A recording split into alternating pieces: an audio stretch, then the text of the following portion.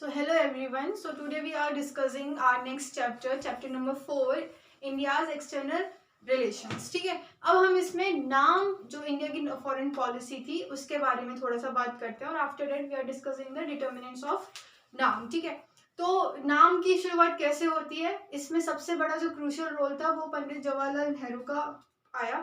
क्यों? क्योंकि after getting independence हमें ये लगा कि हमें एक ऐसी अलाइनमेंट बनाना चाहिए, क्योंकि बहुत सारी चीज़ें थी जो इफेक्ट कर रही थी हमें इकोनॉमिकली डेवलप करना, तो बहुत सारी चीज़ें थी.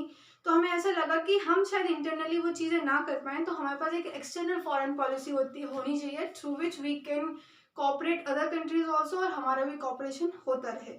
तो इस तरीके से एफ्रो एशियन 1955 में एक कॉन्फ्रेंस होती है जो कि बाद में निकल के आती है नाम नॉन अलाइनमेंट मूवमेंट के नाम से, और इसका जो फर्स्ट समिट होता है वो बेलग्रेड में होता है 1961 में. Now we are discussing the determinants of NAM. So determinants of नाम की अगर हम बात करते हैं तो दो तरीके से, एक्सटर्नल और internal. First we are discussing the internal factors. तो इंटरनल फैक्टर्स की अगर हम बात करते हैं तो इंटरनल फैक्टर्स में दो चीजें हैं. First one is economic growth. After the British left the India become very backward. ठीक है, बहुत ज्यादा बैकवर्ड हो गई थी. तो we need to accelerate the economy of our country. अब उसके लिए हमें क्या जरूरत था, हमारे लिए बहुत सारी चीजें जरूरत थी. किसी के रिसोर्सेज हमें चाहिए थे जो हमारे पास नहीं थे, शायद वो दूसरी कंट्रीज के पास हो. ठीक है, और we need a support, we need that mutual understanding, cooperation, all the things. ठीक है, तो ये एक चीज था कि नहीं, हमें क्या करना चाहिए, बाहर से हेल्प लेनी चाहिए, जिनकी नाम में वो कंट्रीज हैं जिनकी ऑलमोस्ट हिस्ट्री जो है वो सेम है. ठीक है, तो इसलिए भी नाम जो है वो ज्यादा वर्कआउट कर पाया. एफ्रो एशियन जो रिलेशंस हुए थे वो भी इसी चीज के लिए थे. और सेकंड फैक्टर हमारा आता है कि ideas of the national leaders. हमारे जो नेशनल लीडर्स थे उनका भी यही कहना था कि हम इंटरनली अगर स्टेबल होना चाहते हैं तो we need to focus internationally. ठीक है, वहां से ही हम लोग क्या कर पाएंगे, अपनी ग्रोथ कर पाएंगे. ठीक है, अब सेकंड फैक्टर जो हमारा रहता है एक्सटर्नल फैक्टर, अगर if we are discussing about the world politics. 1945 में सेकेंड वर्ल्ड वॉर जब एंड होता है, from the 1945 till 1991 there is a cold war in the world. ठीक है, कोल्ड वॉर क्या था, जिसमें दो ब्लॉक्स बन चुके थे, यूएसए एंड यूएसएसआर, और ये दोनों ही वर्ल्ड को लीड कर रहे थे. ठीक है, द सुपर पावर हम ये कह सकते हैं. तो यहाँ पे क्या था, India didn't want to join either of the block. India को ब्लॉक को ज्वाइन नहीं करना था, क्योंकि वो अभी पहले से ही किसी का गुलाम था. ठीक है, वो कॉलोनी थी, अब वो और ज्यादा कॉलोनी वाली चीजें नहीं करना चाहता था.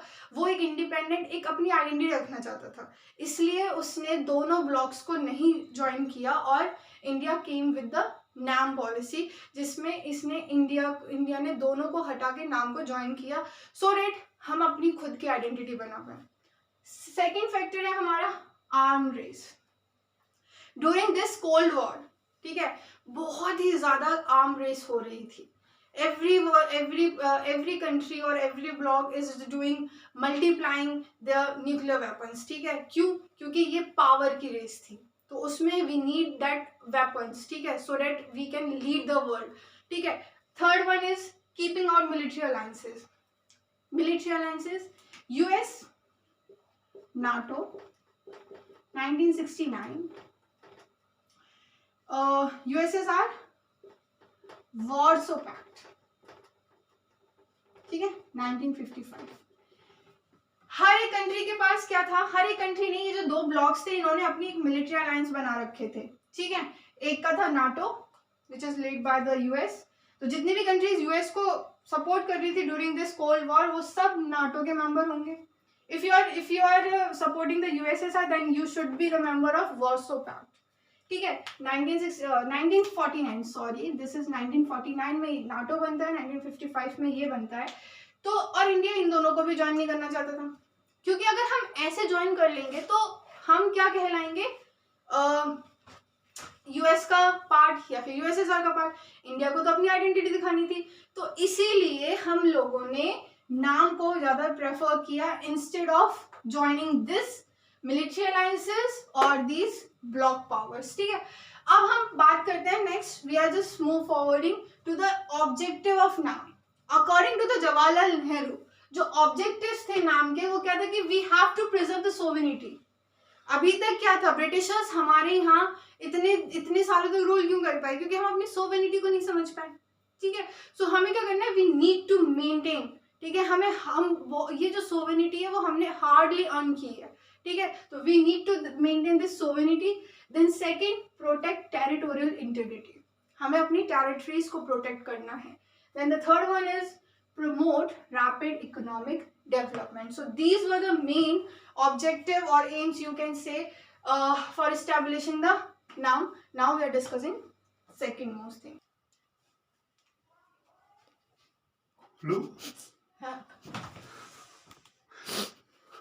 So now Indo and China relations की बात करते हैं, ठीक है, क्योंकि हमने आपको बोला था नाउन और फिर एक्सटर्नल रिलेशन, तो फिर ये इंडिया और चाइना का रिलेशन देखेंगे। तो शुरुआत में जो इंडिया और चाइना का रिलेशन बहुत अच्छा होता है। Nehru was very friendly with China, ठीक है, जो कि बहुत सारे लीडर्स जैसे वल्लभ भाई पटेल को नहीं पसंद आता है कि आप चाइना से इतना ज़्यादा फ्रेंडली मत होइए, ही माइट बी बिट्रेयर, ठीक है, बट वो नहीं सुनते हैं किसी के, वो बहुत ज़्यादा फ्रेंडली हो रहे होते हैं। और इसी के चलते हुए 1954 में एक पंचशील एग्रीमेंट साइन होता है इंडिया और चाइना के बीच में, बहुत ही ज़्यादा पीसफुल बनाने के लिए। सारी चीजें ठीक चल रही थी। फिर आता है आपका तिब्बत इशू 1950 में। तो क्या होता है कि 1950 में चाइना क्या करती है, तिब्बत के ऊपर ओवरटेक कर लेती है, कंट्रोल कर लेती है, और फिर वो वहाँ पे लोगों को ऑप्रेस करती है, और वो लोग चाहते हैं कि हम इससे अलग हो जाएं, ठीक है। तो इसी के चलते हुए एक 1954 में जब ये पंचशील एग्रीमेंट साइन होता है, तो दलाई लामा जो कि तिब्बत के एक स्पिरिचुअल लीडर हैं, वो भी इंडिया विजिट करते हैं with the Chinese prime minister, और फिर ये सारी की सारी चीज़ें बताते हैं नेहरू जी को। तो नेहरू जी ने बोला कि ठीक है, हम आपकी हेल्प करने के लिए तैयार हैं। और फिर क्या होता है, 1954 के बाद जो चाइना का जो सप्रेशन होता है तिब्बत पीपल के ऊपर, वो बहुत ज़्यादा होने लगता है। तो फाइनली 1958 में दलाई लामा इंडिया से पूछते हैं कि क्या आप हमें असाइलम प्रोवाइड कराएंगे, तो हम उनको असाइलम दे देते हैं, और बहुत सारे तिब्बत और इनके spiritual leader Dalai Lama settle down हो जाते हैं धर्मशाला, हिमाचल प्रदेश में, ठीक है। तो यहाँ पे ये एक पॉइंट था जहाँ पे चाइना हमसे बुरा मान जाता है, लेकिन वो तब कुछ नहीं करता है, ठीक है। फिर सारी चीजें सेम चल रही होती हैं। फिर हमारा आता है ये 1962 का वॉर, ठीक है, इंडो चाइना वॉर आता है 1962 में। इसके दो फैक्टर्स होते हैं। पहला वही तिब्बत इशू कि हमने दलाई लामा को असाइलम क्यों दिया, और जब ब्रिटिशर्स हमारे ऊपर रूल कर रहे थे, तब क्या था कि यहाँ पे एक अक्साई चिन, ठीक है, NEFA, north eastern frontier of Arunachal Pradesh, ये दोनों के ऊपर है ना हमारे डिस्प्यूट्स चल रहे थे चाइना के साथ कि ये आपकी टेरिटरी नहीं है, ये हमारी टेरिटरी है। तो और चाइना ये कहता था कि जो ब्रिटिश के जाने के बाद जो ब्रिटिश के टाइम में जो ब्रिटिश के टाइम में बनवाए थे, वो रूल अब अप्लाई नहीं होंगे। So this is basically our territory. अब क्या होता है कि यहाँ पे अब क्या होता है, अक्साई चिन और नीफा, तो यहाँ पे क्या होता है, फर्स्ट जो अटैक होता है वो बहुत ही ज्यादा सडन होता है, और वो फर्स्ट वीक तक चलता है, ठीक है, वो फर्स्ट वीक तक चलता है और काफी ज्यादा सडन होता है, इसलिए हमारी कैजुअलिटीज बहुत ज्यादा होती हैं। उसके बाद एक और अटैक होता है आफ्टर अ मंथ, ये तो फर्स्ट वीक, ठीक है, फर्स्ट वीक तक चलता है। इस फर्स्ट वीक के बाद आफ्टर अ मंथ एक और अटैक होता है, वहां पे ये जो चाइना है वो क्लेम करता है आपका वेस्ट फ्रंट ऑफ लद्दाख, ठीक है, वहां पे ये क्लेम करते हैं कि लद्दाख का कुछ एरिया हमारा है, उसके लिए ये फिर से वॉर करता है। अब ये वॉर बहुत ही ज्यादा खराब हुई थी, बहुत सारे सोल्जर्स क्या थे, गायब हो गए थे, कैजुअलिटीज बहुत ज्यादा हो गई थी। अब किसी भी वॉर का एक कॉन्सिक्वेंस होता है ना, तो ये कॉन्सिक्वेंस इंडिया के लिए ये था कि जो यहाँ के डिफेंस मिनिस्टर थे उन्होंने कैबिनेट से रिजाइन दे दिया था। यहाँ पे नेहरू का जो स्टेटा था वो बहुत ज्यादा सफर किया, क्योंकि नेहरू से हर कोई यही कहता था कि please don't get this much attach with China, लेकिन वो नहीं सुनते थे। नागालैंड, अब क्या हुआ, जैसे ही, क्योंकि ये जो नीफा है ये क्या है, अरुणाचल प्रदेश, ठीक है, ये अरुणाचल प्रदेश का है। तो यहाँ पे क्या हुआ, कि सरकार नॉर्थ ईस्टर्न के जितने भी स्टेट्स थे उनको लेके काफ़ी ज़्यादा कॉन्शियस हो गए, और जितनी भी उनके एस्पिरेशंस और डिमांड्स चल रही थी फिर हमने धीरे धीरे करके उनको सॉर्ट आउट करना स्टार्ट करा, क्योंकि हमें यहाँ पे एक टेरिटोरियली इंटीग्रेशन मेंटेन करना था। ठीक है, तो क्या करा हम लोगों ने, नागालैंड को ग्रांट कर दिया स्टेटहुड। अगर हम वहाँ की बात करें तो ये सरकार के लिए पहली बार था कि कोई नो कॉन्फिडेंट मोशन को हम लोगों ने क्या किया, अगेंस्ट द गवर्नमेंट पास किया। ठीक है, तो ये हमारा इस तरीके से इंडो चाइना जो है रिलेशन खत्म नहीं होता, थोड़ा सा है, लेकिन हाँ ये है मेन।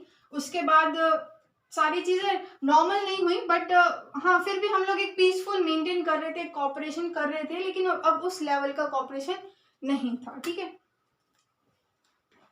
अब हम रिलेशन की बात करते हैं, इंडो और पाक रिलेशन की। ठीक है, तो पाकिस्तान जैसे ही हमसे अलग होता है, ही try to claim the Kashmir as its territory, तो एक वॉर हो जाता है 1948 में, but it's not a full flash war, वो एक सिर्फ प्रॉक्सी वॉर होता है। ठीक है, कोई क्लेम, बस वो क्लेम करने के लिए कि दिस इज माई टेरिटरी। फिर हमारा पाकिस्तान के साथ रिलेशंस ज़्यादा अच्छे नहीं रहे। 1965 में फिर से वॉर होता है, जो कि आपका रन ऑफ कच्छ में होता है 1965 में, और यहाँ पे भी पाकिस्तान ही हार जाता है। ठीक है, now then we have Bangladesh war. ठीक है, जिसमें कि बांग्लादेश वॉर क्या था, बांग्लादेश वॉर एक्चुअली, ये बांग्लादेश एक्चुअल में क्या था, ईस्ट पंजाब था और पाकिस्तान था। ठीक है, हमने देखा था ना कि दो स्टेट्स बाइफर्केट हो रहे थे, तो एक बना था पंजाब में, वेस्ट पंजाब और ईस्ट पंजाब, इसी तरीके से हमारा बना था बंगाल, ईस्ट बंगाल और वेस्ट बंगाल। तो उसमें क्या हुआ था कि जब ईस्ट पाकिस्तान में किसकी सरकार आई, वेस्ट में तो जुल्फिकार की थी। ठीक है, यहाँ पे किसकी सरकार आ गई, ना व्हाट इज नेम, रहमान। ठीक है, तो जब रहमान की क्या कहते हैं सरकार आती है, तो यहाँ के लोग चाहते हैं कि हमें फोर्स ना किया जाए उर्दू में बात करने के लिए, we want our language as a Bangla. ठीक है, वो बांग्ला लैंग्वेज को ज़्यादा प्रेफरेंस देना चाहते थे, लेकिन वहाँ से क्या हो रहा था कि पाकिस्तान फोर्सेज इन्हें सप्रेस कर रही थी, तो यहाँ के लोग चाहते थे कि ये जो ईस्ट पाकिस्तान है हम इसे लिबरेट करना और ये हमारा बांग्लादेश बन जाएगा। तो जब ये वॉर तो नहीं, लेकिन ये डिस्प्यूट्स इतने ज़्यादा होने लगे, तो ये जो ईस्ट पाकिस्तान के लोग थे वो कहाँ जाने लगे, इंडिया में। Around 80 lakhs refugees were coming to India. तो ना चाहकर कि भी इंडिया को इसमें इन्वॉल्व होना पड़े, क्योंकि 1971 वो एरा था कि इंडिया के खुद के हालात अच्छे नहीं थे, इन्फ्लेशन बहुत ज़्यादा था, और ये लोग आगे यहाँ पे पॉवर्टी और ज़्यादा बढ़ा रहे थे। तो फिर इंडिया ने ईस्ट पाकिस्तान, हम कह सकते हैं बांग्लादेश को लिबरेट करने में हेल्प किया। अभी क्या था कि पाकिस्तान को कौन सपोर्ट कर रहा था, यूएस एंड और चाइना। ठीक है, लेकिन अब इंडिया के पास भी इतना ज़्यादा नहीं था कि वो इन दोनों को डील कर सकता है, तो इंडिया ने क्या करा, रशिया से 20 ईयर्स की ट्रीटी साइन करी 1971 में। ठीक है, जो कि फिर इंडिया को बहुत ज़्यादा क्रिटिक्स का भी सामना करना पड़ा, but he sign treaty with the USSR. ठीक है, यूएसएसआर के साथ 1971 में हमने ट्रीटी साइन कर ली, और 16 दिसंबर 1971 को बांग्लादेश डे बनाया जाता है, इंडिपेंडेंट हो चुका था। ठीक है, और 90,000 पाकिस्तान सोल्जर्स ने यहाँ पे इंडियन आर्मी के सामने सरेंडर किया था। उसके बाद एक इंडस वाटर ट्रीटी होती है।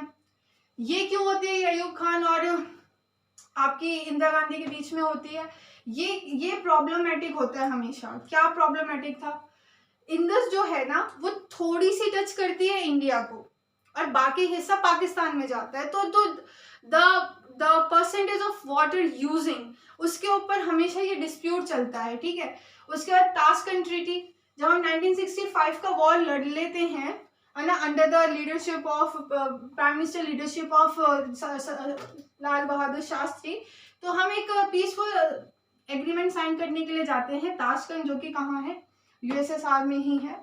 और यहाँ पे जाके 1966 में हम लोग एक ट्रीटी साइन करते हैं, शिमला एग्रीमेंट साइन होता है, ये भी इंदिरा गांधी करती हैं पाकिस्तान के साथ, और ये कब होता है आपका 1972 में।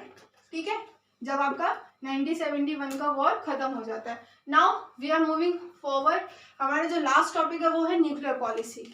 जब सारे देश बहुत ज़्यादा क्या हो रहे थे, डेवलप हो रहे थे, तो इंडिया की स्ट्रेटेजी क्या थी, तो इंडिया ने भी, क्योंकि जो हमारे प्राइम मिनिस्टर थे उनको साइंटिफिक चीज़ों में और टेक्नोलॉजी में बहुत ज़्यादा क्या था, इंटरेस्ट था। तो नेहरू जी चाहते थे कि इंडिया भी कभी न्यूक्लियर एक्सप्लोजन को टेस्ट करे। तो 1974 में हमारा फर्स्ट न्यूक्लियर एक्सप्लोजन होता है और उसके बाद इंडिया को फोर्स किया जाता है 5 पावर्स जो वर्ल्ड की पावर थी, जिसमें आपका यूएस, यूएसएसआर, फ्रांस, ठीक है, और 2-3 चाइना, एक और है यूके। तो ये जो लोग थे, ये जो 5 न्यूक्लियर पावर थी, 5 न्यूक्लियर पावर, ये इंडिया को फोर्स करती हैं टू साइन एनपीटी। अब ये एक्चुअल एनपीटी क्या है? ये एनपीटी है नॉन प्रोलिफरेशन ट्रीटी, ट्रीटी, ठीक है। ये क्या था कि जो भी देश इस ट्रीटी को साइन कर लेते that you are not supposed to develop the nuclear weapons, only these 5 countries are like able to have the right to have nuclear power. उसके अलावा और किसी के पास राइट नहीं होता है। अगर आप क्या कर देते हो, ये क्या कहते हैं, ट्रीटी साइन कर देते हो, तो इंडिया इस चीज़ को डिनाई करता है और सक्सेसफुली पोखरण में अपना न्यूक्लियर एक्सप्लोजन टेस्ट करता है। और इन सब चीज़ों के बाद हमारा चैप्टर खत्म हो जाता है। नाउ हम दूसरे चैप्टर पे चलेंगे, चैप्टर 5, जो कि हमारा है डेमोक्रेटिक क्राइसिस पे। Till then take care, bye bye.